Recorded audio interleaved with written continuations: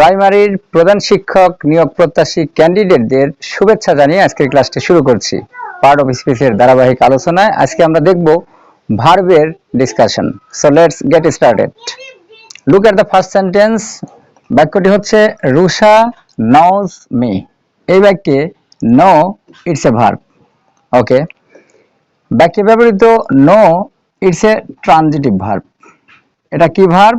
Transitive verb. এখন প্রশ্ন হলো আমরা কি করে বুঝতে পারবো ইটস এ ট্রানজিটিভ ভার্ব? যে ভার্বের পরে একটি অবজেক্ট থাকে সেটি হয় transitive verb. Please look at the next word here, me. It's an object. আর ভার্বের পরে অবজেক্ট থাকলেই সেটি হয় transitive. Okay, look at the second sentence. She looks smart. বাক্যে ব্যবহৃত লুক ইটস এ ভার্ব। এই বাক্যে ব্যবহৃত লুক ভার্বটি লিঙ্কিং ভার্ব বা ছাউ। ওকে, লিঙ্কিং ভার্বের ক্ষেত্রে দুটি কথা মনে রাখতে হবে। সেটি হচ্ছে যখন কোনো মূল ভার্ব লিঙ্কিং ভার্ব হিসেবে ব্যবহৃত হয় সেই ভার্বকে অমিট করে যদি এইখানে বি ভার্বকে ইউজ করা যায় তাহলে বাক্যের টেন্স এবং অর্থ ঠিক থাকে। ফর এক্সাম্পল, আমরা এখানে বলতেই পারি শি ইজ স্মার্ট। ওকে, তাহলে বাক্যটিও কিন্তু সিম্পল প্রেজেন্টে থাকছে এবং অর্থটাও অ্যাকুরেট হচ্ছে। সো এই বাক্যে ব্যবহৃত লুক হচ্ছে লিঙ্কিং ভার্ব। লিঙ্কিং ভার্বের আরো দুইটি বৈশিষ্ট্য হচ্ছে এরপরে থাকতে হবে নাউন ফ্রেজ অথবা অ্যাডজেক্টিভ, যেমনটি এখানে স্মার্ট শব্দটি অ্যাডজেক্টিভ শব্দ। Okay, what's the next sentence for us? My dreams came true. বাক্যে ব্যবহৃত কেম ইটস এ ভার্ব।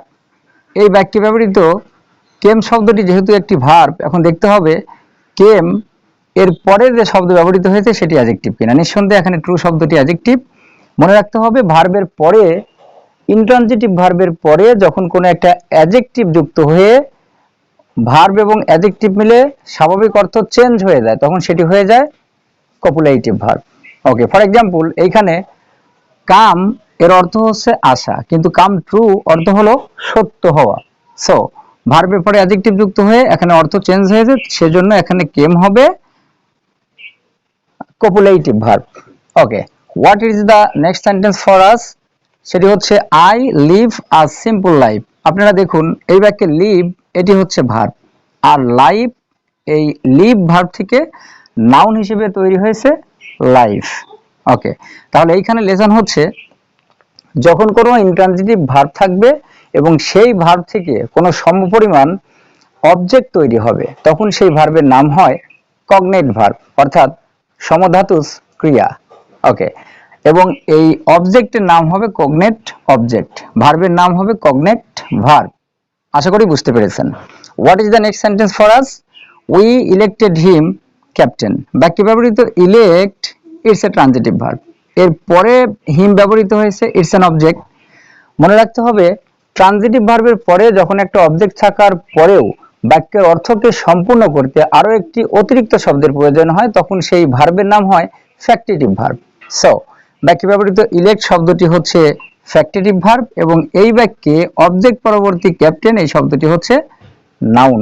এখন আমরা আরো দুইটা অত্যন্ত গুরুত্বপূর্ণ শব্দ দেখব, সুতরাং যারা ভিডিওটি না টেনে শেষ পর্যন্ত দেখেছেন শুধুমাত্র তারাই এই শেষের ম্যাজিক বিষয়টা বুঝতে পারবেন। ওকে, যদি বেসিকের কোশ্চেন হয় অক্সিলিয়ারি ভার্ব কয়টি? ওকে, তাহলে আপনারা আনসার করবেন এটা হচ্ছে মোট 12টি, যার মধ্যে ডু একটি, হ্যাভ একটি, বি ভার্ব একটি, আর বাকি 9টি হচ্ছে মোডাল ভার্ব। ওকে, এই হচ্ছে 12টি। এবং যদি প্রশ্ন হয় প্রাইমারি অক্সিলিয়ারি ভার্ব কয়টি? ওকে, তাহলে আপনারা আনসার করবেন এটা হবে 14টি। এর ভিতরে বি ভার্ব আছে মোট 8টি, এরপরে ডু ভার্ব আছে 3টি, হ্যাভ ভার্ব আছে 3টি। Okay, this is the end of the lesson.